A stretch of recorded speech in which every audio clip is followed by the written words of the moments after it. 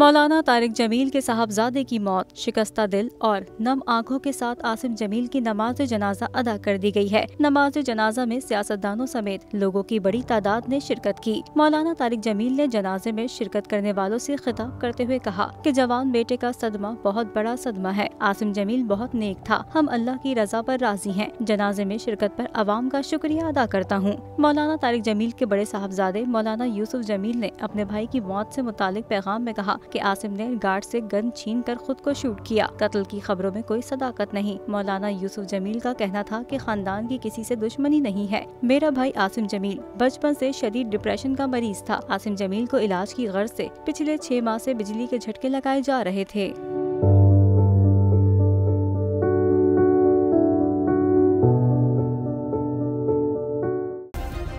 Subscribe करें और bell दबाएं ताकि कोई खबर रह न जाए।